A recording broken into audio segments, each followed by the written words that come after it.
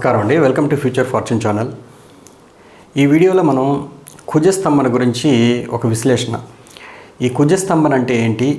మామూలుగా స్తంభన అనే పదానికి అర్థం మనకు తెలిసి ఉండాలి. ఒక ప్లేస్లోనే స్ట్రక్ అయిపోవడం, అంటే ఒక ప్లేస్ నుంచి మామూలుగా గ్రహాలన్నీ కూడా ఒక రాశి నుంచి ఒక రాశికి గోచారంలో మారుతూ ఉంటాయి. సో ఎక్కువ కాలం ఉండే సంచారం అనేది మనకు తెలుసు. శని, రాహు, కేతువులు, గురువు, ఈ గ్రహాలేమో మనకి సంవత్సరం నుంచి సంవత్సరంన్నర, తర్వాత 2.5 సంవత్సరం శనిదేవుడు ఇలా ఒక రాశి నుంచి ఒక రాశికి మారుతుంటారు. కానీ ఈ కుజ అంటే ఫాస్ట్ మూవింగ్ ప్లానెట్స్, ఇప్పుడు చంద్రుడు, కుజుడు, రవి, శుక్రుడు, ఈ గ్రహాలు మాత్రం ఇప్పుడు చంద్రుడు అందరికన్నా ఎక్కువ వేగవంతంగా ఒక రాశి నుంచి ఒక రాశికి వెళ్తుంటాడు. సో 2.5 రోజు పడుతుంది ఒక రాశి నుంచి ఒక రాశికి. సో అలాగే మనకి కుజ గ్రహం అనేది కనీసం 45 రోజులు పడుతుంది ఒక రాశి నుంచి, కనీసం 40 to 45 డేస్ పడుతుంది అనమాట. సో ఆ కుజ మామూలుగా అయితే పెద్ద ఇంపార్టెన్స్ ఇవ్వాల్సిన అవసరం ఉండదు, ఎందుకంటే 40 డేస్లో ఇన్సిడెంట్స్ మళ్ళీ మారిపోతాయి కాబట్టి, అంటే ఏదైనా నెగిటివ్ జరుగుతుంది, సరేలే 40 రోజులు అంట ఓపికగా ఉందాము, తర్వాత మనం మంచి రోజులు వస్తాయని అనుకొని కొంచెం నెమ్మదించవచ్చు. కానీ ఈ శనిదేవుడు 2.5 సంవత్సరం ఉంటాడు ఒక సంవత్సరం, అంటే మామూలు ఒక రాశిలో. సో ఇలాంటివి చూసినప్పుడు ఎక్కువ మంది అందుకే వాటిల్లో ఏలినాటి శనిని, అర్ధాష్టమ శనిని, అష్టమ శనిని కంగారు పడుతుంటారు. అంటే 2.5 సంవత్సరం ఒక మనిషి వెయిట్ చేయలేడు కాబట్టి. కానీ ఈ కుజగ్రహానికి సంబంధించి మాత్రం శుక్రుడు కానీ ఇవి గోచారంలో పర్టికులర్ ప్లేసెస్లో ఉంటే బాగా మంచి ఫలితాలు ఇస్తాయి, చంద్రుడి నుంచి ఈ ప్లేస్ నుంచి ఈ ప్లేస్లో ఉంటే బాగా మంచి ఫలితాలు ఇస్తాయి అని ఉంటాయి కదా. జనరల్గా ఇప్పుడు కుజుడు, శని, రాహు, కేతువులు ఉపచయ స్థానాల్లో యోగాన్ని ఇస్తారు, అంటే మంచి రిజల్ట్స్ ఇస్తారనే చెప్తారు. యోగా అనేది డిపెండ్స్ అపాన్ మీ యొక్క దశ అంతర్దశను బట్టి ఉంటుంది. బట్ ఆ ట్రిగ్గరింగ్ పాయింట్, ఆ చేతికి పంట ఎప్పుడు వస్తుంది, మన చేతికి ఎప్పుడు రిజల్ట్స్ వస్తాయి అనేది మాత్రం డిసైడ్ చేసేది గోచారమే. ఈవెన్ దశ అంతర్దశలు బాగున్నా దాన్ని కరెక్ట్గా ట్రిగ్గరింగ్ చేసే పాయింట్ మాత్రం గోచారమే. సో అందువల్ల ఏమంటారంటే గోచారాన్ని కూడా మనం ప్రిడిక్షన్స్ ఇచ్చేటప్పుడు చాలా ఇంపార్టెంట్గా చూడాల్సి ఉంటుంది. సో నేను ఎప్పుడు కూడా ఒకటే చెప్తాను, యోగం ఫస్ట్ చూడండి జ్యోతిష్యంలో. ఈ యోగం ఉందా, ఇప్పుడు గృహయోగం ఉంది, ఇతనికి ఈ సంవత్సరం గృహయోగం ఉంది అని మనకు అర్థమైందనుకోండి, ఏ అంతర్దశలో ఉంటుంది, లేదు ప్రత్యంతర దశ చూడండి. ఆ తర్వాత మనకి గోచారంలో ఈ గృహకారకుడైన గ్రహాలు ఏవైతే ఉంటాయో, గురువుని తీసుకుంటారు, శుక్రుని తీసుకుంటారు, మీ యొక్క 4th లార్డ్ని తీసుకుంటారు. ఇవి ఏమన్నా టచ్ చేస్తున్నాయా మీ యొక్క దశ అంతర్దశనాథుల్ని, అవి ఎప్పుడు టచ్ చేస్తున్నాయి, దాన్ని బట్టి అంటే ఈ గోచార గ్రహాలు కూడా డిసైడ్ కంపల్సరీ చేస్తాయి.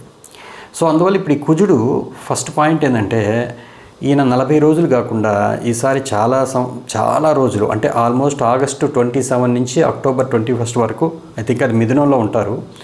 తర్వాత కర్కాటకంలోకి మారుతారు. మళ్ళా కర్కాటకం నుంచి జనవరి 22 నుంచి, అంటే నెక్స్ట్ ఇయర్ జనవరి 22 నుంచి ఏప్రిల్ వరకు మళ్ళీ మిథునంలోకి వక్రీకరించి వెళ్తారు. సో ఇట్లా కొన్ని డేట్స్ ఉన్నాయి, మీకు అది ఒక వివరంగా చెప్పాల్సి ఉంటుంది.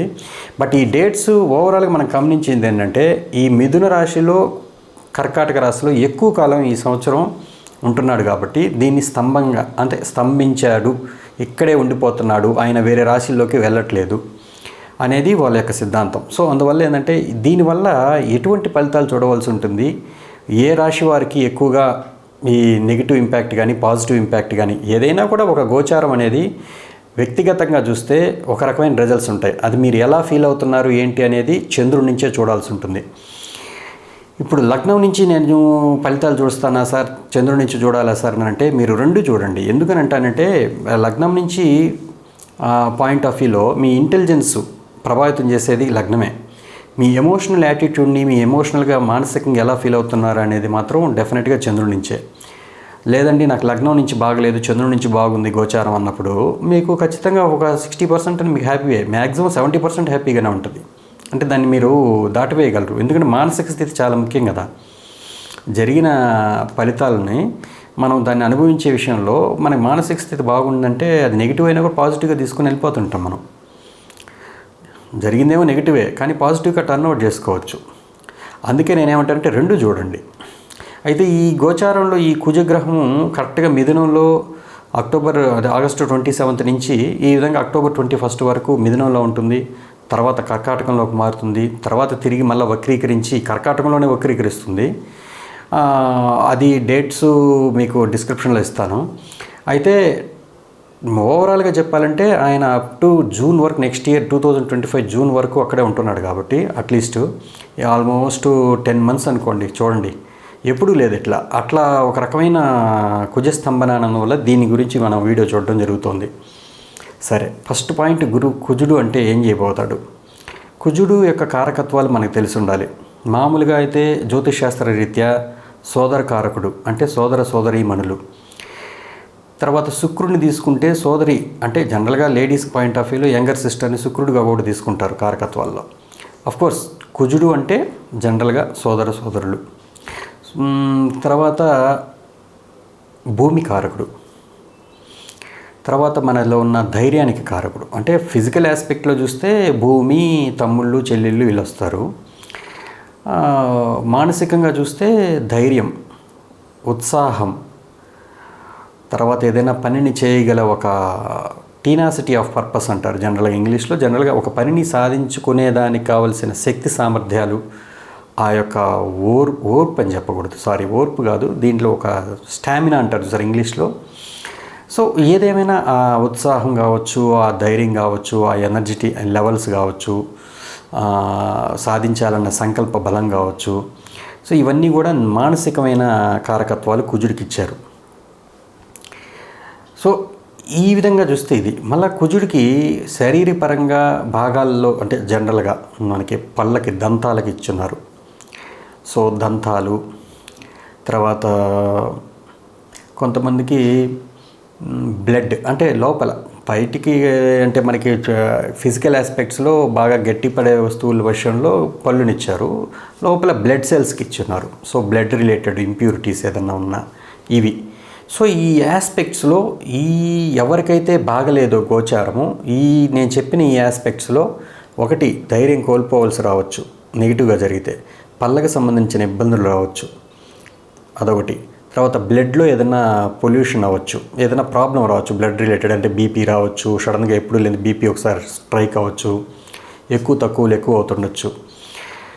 సో నెగిటివ్గా పోతే ఇవన్నీ మనం గమనించవచ్చు అనమాట.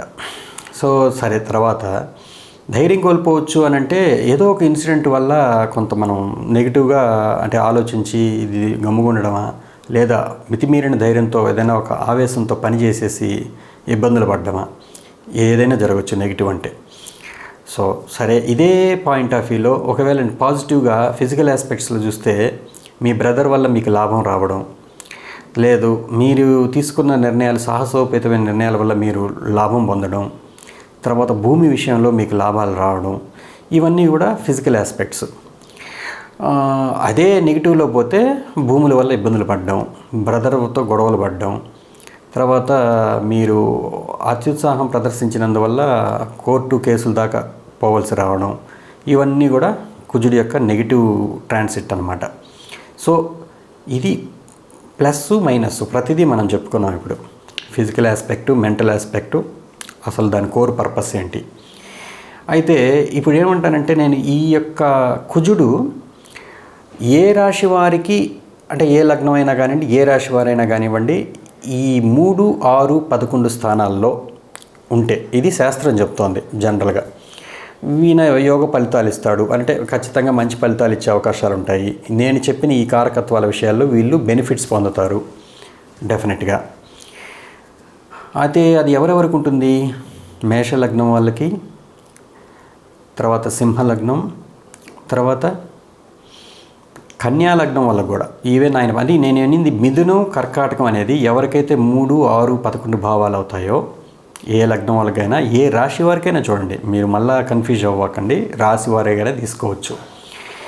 సో మేషరాశి, కుంభరాశి, మకర రాశి, మిథునంలో ఉన్నంత వరకు మకర రాశి వాళ్ళకి 6వ ఇల్లు అవుతుంది, కర్కాటకంలో ఉన్నప్పుడు 7వ ఇల్లు అవుతుంది. అప్పుడు అది నెగిటివ్ ట్రాన్సిటే. ఆ టైంలో మీరు జాగ్రత్తగా ఉండాల్సిన విషయం ఉంది. సో ఇది నేను డేట్స్ మీకు డిస్క్రిప్షన్లో ఇస్తాను, మీరు చూసుకోండి. తర్వాత మనకి ధనుర్లగ్నం వాళ్ళకి చూడండి, అంటే మెయిన్ లాభపడే రాశులు అవి చెప్తాను. మేషరాశి అని అంటున్నాను, తర్వాత వృషభ రాశి కూడా తీసుకోవచ్చు, కొంత ప్లస్ కొంత మైనస్. పూర్తిగా ఎవరికి ఉండదు ప్లస్, ఎందుకనంటే ఈయన ఇప్పుడు మేషరాశి వాళ్ళు చూడండి, మిథునంలో ఉన్నంత వరకు 3వ ఇల్లు, తర్వాత 4వ ఇల్లు అవుతుంది. చూడండి, అన్ని రాశులు అంతే ఆల్మోస్ట్. సింహరాశి అయినా తీసుకోండి 11వ ఇల్లు అవుతుంది మిథునం, కర్కాటకం 12వ ఇల్లు అవుతుంది. కన్య తీసుకోండి 10వ ఇల్లు మిథునం, అది పర్వాలేదండి, ఎందుకంటే 10వ ఇల్లు కూడా ఉపచయం అనే కిందకే వస్తుంది. సో బెనిఫిక్ అంటే మ్యాలిఫిక్ ప్లానెట్స్ ఉపచయ రాశుల్లో పర్వాలేదు, బాగానే ఇస్తారు, అంటే మంచిగా చేస్తారు. ఎందుకంటే కుజుడు మామూలుగానే వారియరు, ఆయన గెలిచేదానికి ట్రై చేస్తాడు ఎక్కువగా. ఆయన పోటీతత్వం ఉన్న మనిషి కదా, సైన్యాధ్యక్షుడు కదా. సో ఎప్పుడు ఆయన ఎక్కడుంటే అక్కడ గెలవాలనే చూస్తుంటాడు అనమాట. So main negative aspect and point of వ్యూలో చూస్తే కుజుడులో అదే, ఆయన ఏంటంటే ముందు నేనున్న ప్లేస్లో నేను విజయం సాధించాలి అంటే ఆ మైండ్ సెట్ అది. అందుకని కుజుడితో కలిసిన గ్రహాలు గ్రహ యుద్ధంలో పాల్గొంటాయి అని చెప్తుంటారు. సో ఇది ఒక పాయింట్. కుజుడు వక్రమైతే ఇంకొక పాయింట్ ఉంది. ఇప్పుడు ఒక దేవకేరళమ్మ అనే పుస్తకంలోనూ ఏదో సంథింగ్ ఒక రీసెర్చ్ పాయింట్ ఆఫ్ వ్యూలో ఎవరికైతే కుజుడు గోచారంలో తన ఉన్న అంటే మీ జన్మజాతకంలో కుజుడు ఎక్కడైతే ఉంటాడో అక్కడి నుంచి 4వ ప్లేస్లో గోచారం అయ్యి అది వక్రీకరిస్తే వాళ్ళు భూములు పొందే అవకాశాలు ఉంటాయి అన్నారు. భూములు గెయిన్ అయ్యే అవకాశాలు అంటే అది ఎవరికి జరుగుతుంది? ఒకటి, మీ జన్మజాతకంలో కుజుడు మీనరాశిలో ఉండి ఈ మిథునంలోకి వక్రగతిలోకి కుజుడు ఎప్పుడైతే వస్తాడో అప్పుడు జరగచ్చు. లేదు మేషంలో ఎవరికైతే కుజుడు ఉండి ఈ కర్కాటకంలో కూడా వక్రీకరిస్తున్నాడు కుజుడు కొద్ది రోజులు, సో ఆ 15 రోజులు కానీ 20 రోజులు కానీ అది ఏదైనా కానివ్వండి, ఆ టైంలో ఆ అవకాశాలు ఉన్నాయి. అంటే మీనంలో కానీ మేషంలో కానీ ఎవరికైతే కుజుడు ఉంటారో వాళ్ళకి ఈ టైంలో కొంచెం భూమి యొక్క అంటే అక్వేషన్ అంటే దాన్ని లాభం పొందే నేను చెప్పను కొన్ని భూమిని పొందే అవకాశాలు ఉంటాయని చెప్పున్నారు. సో ఇదొక పాయింటే, బట్ అది మన గోచార విషయం కదా, అది జరిగిన తర్వాతే మనం బేరీ చేసుకోగలం. కోర్స్ కొంతమందికి చూశాను రీసెర్చ్లో, బట్ అది యాక్టివేట్ అవ్వాల్సిన అవసరం ఏమీ లేదు. బట్ ఇది ఒక పాయింట్ అంతే, మన రీసెర్చ్ పాయింట్ ఇది. సో తర్వాత ఈ బుక్కులో రాసినవి కొన్ని మనం ప్రాక్టికల్గా చూసిన తర్వాత నమ్మకాలు ఏర్పడుతుంటాయి. అయితే ఇంకొకటి, గోచారంలో ఎవరికి ఇబ్బందులు పడతారండి బాగా సివియర్గా, కొంచెం జాగ్రత్తగా ఉండాల్సిన అవసరం ఉంది. ఈ టైంలో మనం ఊరికనే దూకుడు స్వభావంతో వెళ్ళకూడదు, కొంచెం వెనకడుగు వేసి ఆలోచించి నలుగురిని ఎంక్వైరీ చేసి ముందుకెళ్లాల్సి ఉంటుంది అనే ఒక పాయింట్ మాత్రం మీ జన్మజాతకంలో కుజుడు ధనస్సులో కానీ మకరంలో కానీ ఉంటే వాళ్ళకి ఈ ఎఫెక్ట్ కొంచెం ఇబ్బంది పెడుతుంది. ఎప్పుడంటే గోచారంలో ఏమవుతుందంటే కుజుడి నుంచి కొన్ని గ్రహాలకి గోచారంలో జన్మజాతకంలో ఉన్న గ్రహాలు, ఇప్పుడు గురువు నుంచి గురువు మీ జన్మజాతకంలో గురువు నుంచి గురువు 5వ భావంలో గోచారంలో ఉన్నాడు అనుకోండి, అది చాలా శుభకరమైన పరిణామాన్ని ఇస్తుంది అనేది చెప్పున్నారు. అలాగే మీ జన్మజాతకంలో ఉన్న శని నుంచి ఈ యొక్క గోచార శని 9వ ఇంట్లో ఉండాలి, అప్పుడు మంచి భాగ్యోదయం కలుగుద్ది అన్నారు. సో అట్లా కొన్ని ఒక్కొక్క గ్రహానికి ఒక్కొక్కటి ఇచ్చున్నారనమాట. అలాగే ఈ కుజుడికి మాత్రం ఈ 4th హౌస్ని పాజిటివ్గా ఇచ్చినా కూడా నెగిటివ్గా మాత్రం డెఫినెట్గా కుజుడి నుంచి సప్తమంలో మీ జన్మజాతకంలో కుజుడు ఎక్కడ ఉంటాడో అక్కడి నుంచి సప్తమంలో కుజుడు మంచి రిజల్ట్స్ ఇవ్వడు అని చెప్పున్నారు. సో అందువల్ల మీరు ఎవరైతే ధనుర్లగ్నంలో కానీ అంటే ధనుసు రాశిలో అంటే రాశి చెప్పాలి మీకు, ధనస్సులో కానీ మకరంలో కానీ కుజుడు ఉంటే మీ జన్మజాతకంలో వాళ్ళు ఈ యొక్క పీరియడ్ 10 మంత్స్ ఉంటుందో చాలా ఆలోచించి నిర్ణయాలు తీసుకోవాల్సిన అవసరం ఉంది. అందువల్ల నేనేంటంటే ఇది ఈ పాయింట్ ఆఫ్ వ్యూలో ఆలోచించండి. తర్వాత మేష లగ్నం లేదండి వృశ్చిక లగ్నం, మా లగ్నాధిపతే కదా ఆయన ఎందుకు కీడు చేస్తాడు అనుకోవచ్చు.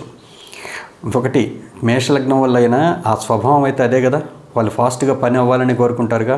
అక్కడ మేషలగ్నంలో శని ఎందుకు నీచబడతాడు? శని ఓర్పు ఉన్న వ్యక్తి, అక్కడ అది ఫాస్ట్గా పని చేయాలని కొన్ని మనస్తత్వం ఉంటుంది. సో అందువల్ల నేనేమంటా మీ మనస్తత్వం కరెక్టే, మీరు తీసుకునే నిర్ణయాలు కానీ ఫాస్ట్గా చేయాలనుకునే పనులు కానీ మిథునంలో కుజుడున్నంత వరకు సక్సెస్సే. 4th హౌస్లోకి వచ్చినప్పుడు మాత్రం అది పెద్ద స్ట్రక్ ఇచ్చేస్తుంది అనమాట, ఆపేస్తుంది. మీరు తీసుకునే నిర్ణయాల వల్ల ఏదో ప్రాబ్లం క్రియేట్ అవుతుంది డెఫినెట్గా.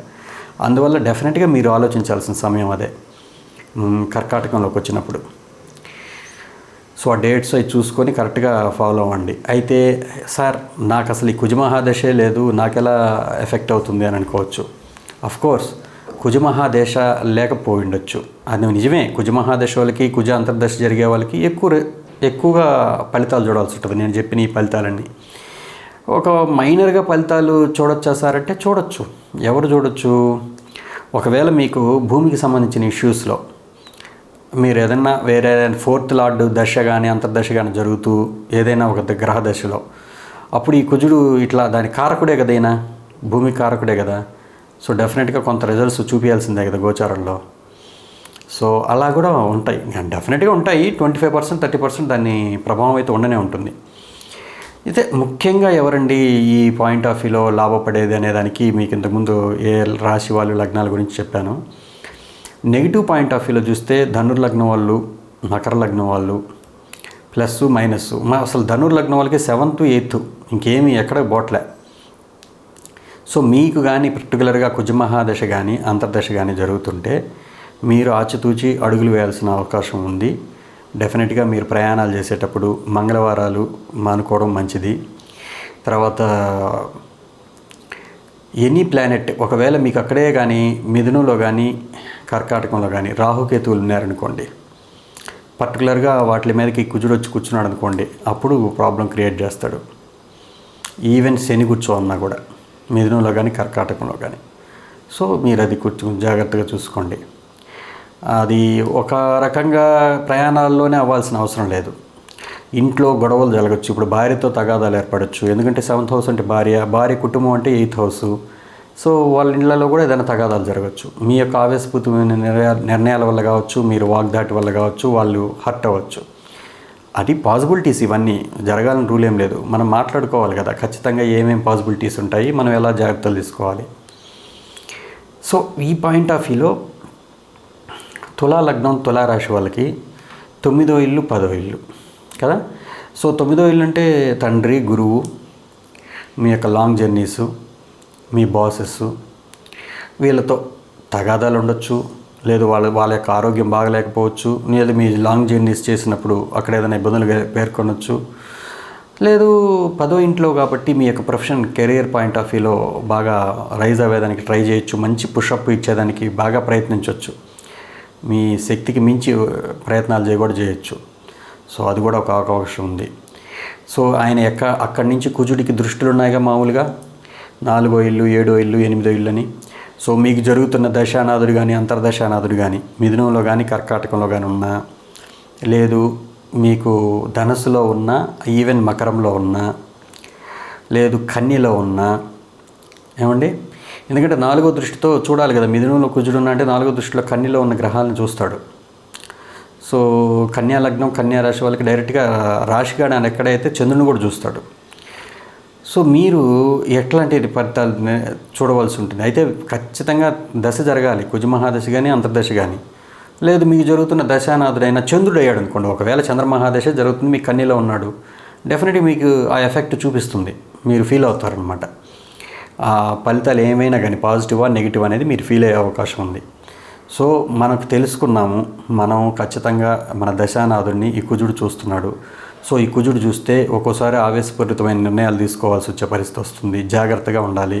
ఒక స్టెప్ వెనక్కేసి ఆలోచించాలి. నలుగురిని సంప్రదించి మనం నిర్ణయం తీసుకోవాలి. ఇలాంటి ఆలోచన ధోరణిలో ఉన్న వాళ్ళకి ఈ నెగిటివ్ రిజల్ట్స్ అనేవి రావు. సో ఆల్మోస్ట్ లేదండి సరే, ఒకవేళ మీరు హెల్త్ పరంగా ఇబ్బందులు పడుతుంటే హెల్త్ పాయింట్ ఆఫ్ వ్యూలో డెఫినెట్గా మనకు పూజలు పునస్కారాలు ఇవన్నీ కూడా బాగా ఉపయోగపడతాయి. ఎందుకంటే వాళ్ళు వేసే ధూప దీప నైవేద్యాలు ఏవైనా కానివ్వండి, మంత్రజలంతో కానివ్వండి, మంత్రశక్తి ద్వారా కానివ్వండి, హీల్ అయ్యే అవకాశాలు చాలా ఉన్నాయి. సో రుద్రం అనేది మెయిన్ కుజుడికి చాలా ఇంపార్టెంట్గా తీసుకుంటారు. రుద్రాభిషేకం చేయించుకోవడం, మంగళవారం పూట డెఫినెట్గా మహాన్యాసపూర్వక రుద్రాభిషేకం చేయించుకోవడం. సో తర్వాత ఎర్రకందులు ఇవి దానం ఇవ్వడం, ఇవన్నీ జనరల్గా మనకి తెలిసినవే. మంగళవారం పూట దానం ఇవ్వడం. మంగళవారం లేడీస్ అయితే రాహుకాలం టైంలో దీపాలు పెడుతుంటారు. సో ఎర్రగుడ్డ, ఎర్రకందులు, తర్వాత ఎర్రటి పళ్ళు అంటే దానిమ్మ పళ్ళు కానీ ఏదైనా యాపిల్ పళ్ళు కానీ, సో ఇవి దానం ఇవ్వడం. సో మంగళవారం పూట మంగళ వాళ్ళకి ఏదైనా హెల్ప్ చేయడం. సో ఇవన్నీ కూడా కుజుడి యొక్క పరిహారాల్లో చెప్పున్నారు. ఇవి మీ యొక్క ఆర్థిక స్థితిని మెరుగుపరుస్తాయని నేను చెప్పట్లేదు. అట్లీస్ట్ మీ యొక్క ఆరోగ్యాన్ని రికవర్ చేయడంలో, మీ యొక్క ఆలోచన ధోరణిని శాంతింపజేయడంలో చాలా బాగా ఉపయోగపడతాయి ఈ రెమెడీస్. సో అందువల్ల నేనేమంటానంటే ఖచ్చితంగా ఈ వీడియోలో మీకు ఉపయోగపడే అంశాలే చెప్పానని అనుకుంటున్నాను. ఆల్మోస్ట్ ఈ స్తంభన అనేది ఈ 10 నెలల దాకా అట్మోస్ట్ ఉంటుంది కాబట్టి చాలా జాగ్రత్తగా ఉండాలి. అండ్ ఏమండి పర్టికులర్గా ఒక్కొక్క లగ్నం రాశి గురించి చెప్పండి అని అనేదానికి అవసరం అంటే ఈ స్తంభన ఈ గోచారాన్ని నేను పెద్దగా పరిగణించను, ఎందుకంటే దశ అంతర్దశాలు చాలా ఇంపార్టెంటు. అయితే ఎప్పుడు ఇంపార్టెంట్ అవుతుంది ఈ గోచారం అనేది నేను ఇప్పుడు కూడా చెప్పాను. ఈ కుజుడి యొక్క దృష్టి కానీ కుజుడు కానీ ఆ దశ అంతర్దశ నదుల మీద గోచారంలో ఉండాలి, అదొకటి మెయిన్. సరే, ఎవరికి ఎక్కువగా దీన్ని ఇంకా ఫీల్ అవుతారు అని అంటే చెప్పాను, ధనుసు లగ్నం వాళ్ళకండి, తర్వాత వృశ్చిక లగ్నం వాళ్ళు క్లియర్గా వాళ్ళు నెగిటివ్గా చూసే అవకాశాలు ఉంటాయి కాబట్టి చాలా జాగ్రత్తగా ఉండాలి. హెల్త్ పాయింట్ ఆఫ్ వ్యూలో భార్యతో విషయంలో కానీ పార్ట్నర్షిప్స్ విషయంలో కానీ జాగ్రత్తగా ఉండాలని చెప్పాను. సో ఇక ఆల్మోస్ట్ మీన లగ్నం వాళ్ళు చూస్తే భూముల విషయంలో, తర్వాత సంతాన విషయంలో ఇవి కొంచెం జాగ్రత్తగా ఉండాలి. సో ఆల్మోస్ట్ ఇది ఎట్లయినా చెప్పచ్చు. ఇప్పుడు మీకు ధనుర్లగ్నం తీసుకోండి, మీకు పంచమ ద్వాదశాధిపతి అయ్యాడు. సో ఈయనేంటి 7th హౌస్లో ఉంటున్నాడు. ఈయన ఒక రకంగా యోగాన్ని ఇచ్చే వ్యక్తే, కానీ మీకు యోగ కారకుడు అయినప్పటికీ ఆయన కుజుడు సప్తమంలో కూర్చున్నాడు కాబట్టి మేబీ ఒకవేళ మీ యొక్క దశ అదే అయితే మాత్రం అక్కడ అష్టకవర్గులో పాయింట్స్ బాగుండి సర్వాష్టకవర్గులో పాయింట్స్ బాగుంటే మీ యొక్క వ్యాపారం మంచిగా పుంజుకునే అవకాశాలు కూడా ఉంటాయి. మీ ఒకవేళ మీ జాతకంలో ధనుర్లగ్నంలోనే గురువు ఉన్నాడు అనుకోండి, ఒక్కోసారి గురువు యొక్క దృష్టి ఉన్నందువల్ల డెఫినెట్గా అది పాజిటివ్ తీసుకునే అవకాశాలు ఉంటాయి. ఇదే కుజుడిని నెక్స్ట్ ఇయర్ మేలో గురువు ఇటు వస్తున్నాడు మిథునంలోకి. అప్పుడు వచ్చినప్పుడు గురువు కుజుడు కలుస్తారు కదా, సో అప్పటికి ఏదైనా మంచి ఈవెంట్స్ జరిగే అవకాశాలు ఉంటాయి కదా. అందుకని ఓవరాల్గా చెప్పానే కానీ మంచి కూడా చూడండి, గోచారం అనేది మారుతూ ఉంటుంది.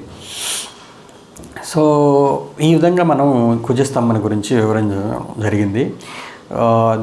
దీన్ని బాగానే పట్టించుకోవాల్సిన అవసరం ఉందా సార్ అంటే ఉంది, కొంతమందికి డెఫినెట్గా ఉంది, కొంతమందికి అవసరం లేదు. ఈ కుజస్తంభన పాయింట్ ఆఫ్ వ్యూలో మనం ముఖ్యంగా మిథున లగ్నం కర్కాటక లగ్నం వాళ్ళకి ఎక్కువగా జాగ్రత్తలు పాటించాలండి, లేదు ధనుర్లగ్నం వృశ్చిక లగ్నం వాళ్ళకి పాటించాల్సి ఉంటుంది. ఎందుకు మాట్లాడుతున్నారు ఈ పాయింట్ అంటే, మిథున లగ్నం అంటే లగ్నంలోనే కుజుడు వస్తున్నాడు కాబట్టి. అఫ్కోర్స్ రాశి మీది మిథున రాశి అయినా కర్కాటక రాశి అయినా కర్కాటక లగ్నం అయినా ఇదే సూత్రం వర్తిస్తుంది. ఎందుకంటే మీకు మీ లగ్నంలో వచ్చినప్పుడు జనరల్గా మిథున లగ్నం వాళ్ళకి పర్టికులర్గా ఈ కుజుడికి మిథున లగ్నానికి మామూలుగా లగ్నాధిపతికి కుజుడికి సంబంధం అంటే మెయిన్ ప్రాబ్లం ఏంటంటే ఈ బుధుడికి కుజుడికి పరమశత్రుత్వం. సో ఈయనేమో లాజికల్గా ఆలోచించాలంటారు, ఈయన కూడా లాజిక్ ఉన్నా కూడా స్టిల్ దెర్ ఇస్ ఏ ఆవేశం అనేది ఉండనే ఉంటుంది. మొత్తానికి ఈయన మిథున లగ్నానికి 6వ ఇంటధిపతి 11వ ఇంటధిపతి అయ్యాడు కాబట్టి పరమ పాపి ఈ లగ్నానికి. కాబట్టి ఈయన మీ లగ్నంలోనే ఈయన వస్తున్నాడు కాబట్టి అఫ్కోర్స్ మీ యొక్క మొబైల్ ఫోన్స్ కింద పడిపోవడం, క్రాక్ రావడం, లేదా మొబైల్ ఫోన్లు ఒక రకంగా పగిలిపోవడం ఇలాంటివి నేను చూశాను. ఆగస్టు 27 నుంచి ఈయన మిథునంలోకి వచ్చాడు కాబట్టి సో ఫర్ 1 వీక్ తర్వాత చూస్తే ఆల్మోస్ట్ ఒక మిథున లగ్న పీపుల్ ఇద్దరున్నారు ఫ్రెండ్స్, వాళ్ళు అదే చెప్పారు, మొబైల్ ఎప్పుడు కింద పడింది పగిలిపోయింది అని చెప్పున్నారు. సో అంటే నేచురల్గా గోచారంలో ఒక రకంగా ఒక ప్లానెట్ వచ్చినప్పుడు దాని ఇండికేషన్ ఏ విధంగా చూపిస్తుంది. ఇప్పుడు మెర్క్యూరీ అంటే మిథునం అనగానే మనకి తెలుసు కమ్యూనికేషన్ అనేది. సో కమ్యూనికేషన్ డివైజు క్రాక్ ఇచ్చింది, పగిలిపోయింది. కుజుడు అంటే విధ్వంసం కూడా సృష్టిస్తాడు చూడండి. తర్వాత వాళ్ళ యొక్క వెహికల్కి రిపేర్ అయింది, అది మిథున లగ్నం పీపుల్కి ఎక్కువగా ఇంపాక్ట్ చూపిస్తుంది అనే దానికి ఇది ఒక ఉదాహరణ అనమాట. అంటే ఇది జనరల్గా నేచురల్గా అబ్జర్వ్ చేసిన పాయింట్ కాబట్టి మీకు చెప్పాలనిపిస్తుంది. సో ఈవెన్ కర్కాటక రాశిలోకి కర్కాటక లగ్నం వాళ్ళకి కూడా అది వచ్చినప్పుడు మీరు చార్ట్ 100% మీరు ఏంటంటే ఫుడ్ విషయంలో జాగ్రత్తగా ఉండాలి. ఎందుకంటే మీకు ఆల్రెడీ అష్టమ శని జరుగుతున్నాడు, ఈ కుజుడి యొక్క దృష్టి అక్కడ మళ్ళీ 8వ దృష్టి శని మీద పడుతుంది. కాబట్టి కర్కాటక రాశి వాళ్ళకి కూడా ఈ టైంలో డెఫినెట్గా మీరు తీసుకునే ఫుడ్ విషయంలో కానీ తర్వాత మీరు తీసుకునే నిర్ణయాలు కానీ 1-2 సార్లు ఆలోచించి తీసుకోవాలి. ఆవేశపూరితమైన నిర్ణయాలు అనేవి ఇక్కడ తగదనమాట. మీకు మీ రాశికి మీ లగ్నానికి ఆయన యోగ కారకుడేవాడు కాబట్టి కొంతలో కొంత మీ ఆవేశం అనేది మంచిదానికి ఉపయోగపడవచ్చు కూడా ఒక్కోసారి. కాకపోతే ఇక్కడ ఆయన నీచం పడినప్పటికీ కుజుడి యొక్క లక్షణమే మామూలుగా పోటీతత్వం. జనరల్గా ఆయన ఎక్కడైనా ఉన్నా కూడా అక్కడ గెలవాలనే చూస్తాడు. సో అందుకే కుజుడు ఈవెన్ ఆయన ఒకవేళ మీకు జాతకంలో బాగలేకపోయినా, లేదు రాహుకేతువులు అక్కడున్నా మీ రాశిలో ఎక్కడ కర్కాటక రాశిలో, సో లేదు ఈవెన్ శని ఉన్నా, లేదు కుజుడే అక్కడ కూర్చొని ఉన్నా, అప్పుడు మీరు అంటే కుజ శని రాహుకేతువులు మీ యొక్క కర్కాటక రాశిలో ఉండి ఎవరో ఒకరు ఈ కుజుడు గోచారంలో అక్కడికి వచ్చినప్పుడు డెఫినెట్గా మీరు జాగ్రత్తలు పాటించాలి, డెఫినెట్గా మీరు శాంతిలు చేసుకోవాల్సిన అవసరం ఉంది. ఈ పరిహారాలు అనే పాయింట్ ఆఫ్ వ్యూలో మీకు ఇంతకుముందు చెప్పినట్టే అవి చేసుకోండి. దాంతోపాటుగా సహజంగా ఏంటంటే కుజుడు యొక్క ఎనర్జీని పాజిటివ్ వేలో ఛానలైజ్ చేయాలంటే మీరు జిమ్కి వెళ్ళడం కానీ, ఎక్సర్సైజ్ చేయడం కానీ, బాగా స్టిఫ్గా బాడీని పెట్టుకోవడం కానీ, ఇవి కానీ ప్రాక్టీస్ చేస్తే మిథున లగ్నం వాళ్ళు కానీ, కర్కాటక లగ్నం వాళ్ళు కానీ ఈ ఉన్న 8 నెలలు మీరు ఒక అధ్యాయంగా భావించి, అంటే ఇది లైఫ్లో కొత్త చాప్టర్గా ఫీల్ అయ్యి మీరు కంపల్సరీగా మీరు ఫిజికల్గా ఫిట్గా ఉండేదానికి ట్రై చేయండి. ఆ చేసే క్రమంలో ఒక్కోసారి మీరు అత్యుత్సాహం ప్రదర్శించి కూడా భుజాలు నొప్పులు రావచ్చు. ఎందుకంటే మిథునం అంటే భుజాలు. సో చెస్ట్కి సంబంధించిన ఎక్సర్సైజ్ చేసేటప్పుడు చెస్ట్ పెయిన్ రావచ్చు. So there is a possibility. ఎందుకు పాసిబిలిటీ కాకూడదు? ఇది ఒకవేళ 50 ఏళ్ళ నుంచి 60 ఏళ్ళ వైపు వాళ్ళు చూశారు అని అంటే వాళ్ళకైనా కూడా ఫిజికల్ ఫిట్నెస్ చేసేటప్పుడు డెఫినెట్గా మీరు షోల్డర్స్ ఎక్సర్సైజెస్, డెఫినెట్గా కొంచెం చెస్ట్ ఎలాబరేట్ చేసే ఎక్సర్సైజెస్, సో ఇవన్నీ కొంచెం ప్రాక్టీస్ చేస్తుంటే ఈ ఎనర్జీ అక్కడ ఛానలైజ్ అవుతుంది. తర్వాత మీరు కంపల్సరీగా మూవీస్ కూడా ఎక్కువగా ఈ రక్తపాతాలు, తర్వాత విధ్వంసాలు సృష్టించే మూవీస్ అవి చూడాల్సి వచ్చే అవకాశం వస్తుంది మిథునంలో కానీ కుజుడు ఉంటే. చూడండి, సో ఈ కుజుడికి సంబంధించినవన్నీ కూడా ఏదో ఒక రూపంలో మీ యొక్క లైఫ్లో ఈ ఎనర్జీ అనేది చుట్టూ తిరుగుతుంటుంది. ఈ 8 నెలలు చూసుకోండి, అందులో ఒక 4 నెలలు ఈయన మిథునంలోనే ఎక్కువగా ఉంటున్నాడు. సో దానివల్ల మిథునం వాళ్ళకి ఎక్కువ ఇంపాక్ట్ చూసుకోవచ్చు. వాళ్ళకి కావాల్సిన రెమెడీస్ ఈ విధంగా చేసుకోవాల్సి ఉంటుంది. అయితే మనకి ముఖ్యంగా ఇంకా చెప్పాలంటే ఒకవేళ ఇంకొకటి, కొంతమందికి సౌండ్ సార్ నాకు కుజ మహాదశ జరుగుతుంది, కుజ అంతర్దశ జరుగుతుంది, మీరు మిథున లగ్నం అయి ఉన్నారనుకోండి, మీ జాతకంలో కుజుడు ఒకవేళ సప్తమంలో ఉంటే మాత్రం ఇది కంపల్సరీ చాలా టిపికల్ పీరియడ్, నో డౌట్. ఇది కొంచెం జాగ్రత్త పడాల్సిన అవకాశం ఉంది, ఖచ్చితంగా చూడాలి. ఫ్యామిలీ లైఫ్లో డిస్టర్బెన్సెస్ క్రియేట్ చేస్తుందన్నమాట. సో మీరు తిరుత్తని సుబ్రహ్మణ్య స్వామి టెంపుల్కి కానీ, ఏదైనా నరసింహస్వామి టెంపుల్కి కానీ, లేదా ఆంజనేయ స్వామి టెంపుల్కి కానీ, ఇవన్నీ కుజశక్తుల యొక్క, అంటే ఈ కుజగ్రహం యొక్క ఎనర్జీని రిప్రజెంట్ చేసేవన్నమాట ఈ యొక్క దేవతా స్వరూపాలు అనేవి. సో అందువల్ల ఏంటంటే మీరు ఆ టెంపుల్స్కి వెళ్ళడం, అక్కడ మీ యొక్క ఎనర్జీని ఆయన కొంచెం కూల్ చేయడం జరుగుతుంది. సో నెగిటివ్ ఎనర్జీ ఏదన్నా ఉంటే ఆ క్షేత్రాలకు వెళ్ళినప్పుడు అది కొంచెం పాజిటివ్గా అవుతుంది. అంటే ఐ థింక్ నేనేమనుకుంటానంటే ఈ యొక్క రెమెడీస్ పాయింట్ ఆఫ్ వ్యూలో కొంతమందికి కొన్ని బాగా, ఇప్పుడు మిథునంలో కుజుడు ఉన్నప్పుడు ఏంటంటే అది వాయుతత్వ రాశి. సో ఎయిర్ప్లేన్ అంటే ఏరోప్లేన్లో ట్రావెల్ చేసే వాళ్ళకి కానీ, లేదు కమ్యూనికేషన్ సెక్టార్లో జాబ్ చేసే వాళ్ళకి కానీ కొంచెం, లేదా అసలు కొంతమందికి సిగ్నల్స్ సరిగ్గా రాకపోవడం కానీ, ఒక ఎయిర్టెల్ కంపెనీ లేకపోతే ఇట్లా వోడాఫోన్ ఇలాంటి కంపెనీస్లో ఏదో ఒక దాంట్లో ఖచ్చితంగా ఏదైనా అన్ఎక్స్పెక్టెడ్ ఇబ్బందులు రావడం కానీ జరిగే అవకాశాలు ఉంటాయి. సో ఇవన్నీ కూడా మండేన్ అఫైర్స్ అంటారు. బట్ ఇవన్నీ చూస్తే మనకు అర్థమవుతుంది నిజంగా గ్రహాల యొక్క ప్రభావం ఇట్లా ఉంటుంది మానవాళి మీద అనేది మనకు తెలిసిపోతుంది అనమాట. సో పర్సనల్గా మన చార్ట్లో మనం వ్యక్తిగతంగా అనుభవించాలంటే మీది ఖచ్చితంగా మిథున లగ్నం అయి ఉండాలి, లేదా ధనుర్ లగ్నం అయి ఉండాలి, లేదు మకర లగ్నం అయి ఉండాలి, లేదు వృశ్చిక లగ్నం అయి ఉండాలి. సో ఇవన్నీ మీకు అప్పుడు బాగా, అంటే ఆ దశ జరుగుతుండాలి, ఆ కుజ మహాదశ అంతర్దశ జరుగుతుండాలి, లేదా కుజుడు చేత చూడబడుతున్న గ్రహ దశ అంతర్దశలు జరుగుతుండాలి. లేదు మీకు మేషంలో కానీ వృశ్చికంలో కానీ ఏదైనా గ్రహాలు ఉన్నాయండి, అవి ఇప్పుడు శని కూర్చోన్నాడు అనుకోండి మేషము, అక్కడి నుంచి శని ఈ కుజుడిని చూస్తాడు. అఫ్కోర్స్ అది మామూలుగా అక్కడ మీ జాతకంలో అక్కడే కూర్చొని ఉంటేనే మిథునంలో, లేకపోతే పెద్ద అవసరం ఉండదు. నేను ఇంకోటి కూడా అనుకుంటున్నాను, ఎందుకంటే ఇప్పుడు మిథునంలోకి ఎంటర్ అయినప్పుడు కుజుడు అది బుధుడిల్లు అయింది. ఇక్కడేమో కన్యలో కూడా కేతు కూర్చోన్నాడు. 2 మ్యాలిఫిక్స్ ఇక్కడ ఉన్నాయన్నమాట బుధుడిలో, అంటే బుధుడి యొక్క రాశిలో. సో దానివల్ల ఏంటంటే ఈ యొక్క బుధ మహాదశ అంతర్దశలు జరిగే వాళ్ళకి కూడా కొంచెం ఎఫెక్ట్ ఉండనే ఉంటుంది. కొంచెం స్ట్రక్ అవ్వడం, తర్వాత కమ్యూనికేషన్లో ఏదైనా గ్యాప్ రావడం మాట్లాడేటప్పుడు, దానివల్ల కొంచెం ఇబ్బందులు రావడం అనేది కూడా జరిగే అవకాశాలు ఉన్నాయి. కాబట్టి కాంట్రాక్ట్స్ చేసుకునేటప్పుడు, అగ్రిమెంట్స్ చేసుకునేటప్పుడు ఖచ్చితంగా తేడాలు రావడం, ఇవన్నీ కూడా మనం గమనించవచ్చు. అఫ్కోర్స్ కనిలో ఉన్న కేతువుని గురువు యొక్క దృష్టి ఉన్నందువల్ల ఓకే ఇది కొంత రికవర్ అయినప్పటికీ, but there is a possibility for ఈ యొక్క ఎనర్జీ రెండు మిక్స్ అయినట్టు మనం ఊహించుకోవాలి. సో ఇది ఇట్లా ఏంటంటే ఈ యొక్క కుజుడి యొక్క స్తంభన అనేది ఎన్ని రకాలుగా ఇంపాక్ట్ చేస్తుంది అనేది మీకు చెప్తూ వచ్చాను. సో ఇంకా మీకు జిమ్, ఎక్సర్సైజ్ చేయడం, తర్వాత ఏదైనా ఒక స్పోర్ట్స్ డైలీ ఆడడం, అంటే షటిల్ అనుకోండి చేతులతో ఆడతారు. సో దానివల్ల ఏంటంటే మిథునం అనేది బాగా యాక్టివేట్ అవుతుంది. సో దాంట్లో ఉన్న నెగిటివ్ ఎనర్జీ పాజిటివ్ ఎనర్జీగా అయ్యేదానికి అవకాశం ఉంది. మీ యొక్క ఆవేశం అనేది కూడా అక్కడ తగ్గుతుందన్నమాట. సో అట్లా ఏదో ఒక స్పోర్ట్స్ ఆడడం కూడా నేర్చుకోండి. అట్లా కర్కాటక రాశి వాళ్ళకి మాత్రం కుజుడు అక్కడ కర్కాటకంలో ఉన్నప్పుడు అది జలతత్వ రాశి అయింది కాబట్టి మీరు నీటి వైపు అంటే కరెక్ట్గా సముద్రాలు లేకపోతే నదులు అక్కడ ఈత కొట్టడాలు ఇవన్నీ కొంచెం మానేయండి. కొంచెం చాలా జాగ్రత్తగా ఉండే తప్ప మీకు మీ చార్ట్లో మకాల ఏదైనా రాహు అంతర్దశ ప్రత్యంతరసలు జరుగుతున్నాయి అనుకోండి, ఆ టైంలో మనం అసలు పోకూడదు. ఈ 8 నెలలు మ్యాక్సిమం నీటికి దూరంగా ఉండండి. సో అదొక అవకాశం ఉంది. అంటే మీ చార్ట్లో ఉండే పాయింట్ దశ అంతర్దశలను బట్టి చెప్పాల్సి ఉంటుంది. బట్ దెర్ ఈజ్ ఇవన్నీ కూడా మనకి గోచారం అనేది కూడా పాసిబిలిటీస్ అనమాట. అందుకని ఎక్కడైనా సరే మీరు మిథున రాశి వాళ్ళు అయితే ఇది చేయండి, కర్కాటక రాశి వాళ్ళు అయితే ఇది చేయండి అని నేను చెప్తూ ఉన్నాను.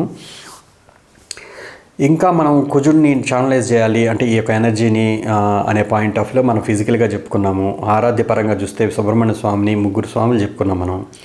తర్వాత మన యొక్క వ్యక్తిత్వ శైలి ఎలా మార్చుకోవాలి అని, మన యొక్క యాటిట్యూడ్ మైండ్ సెట్ ఎలా ఉండాలి అంటే చాలా కూల్గా ఉండేటట్టు. కానీ మిమ్మల్ని రెచ్చగొట్టే సన్నివేశాలు రెచ్చగొట్టే సందర్భాలే వస్తాయి ఎక్కువగా.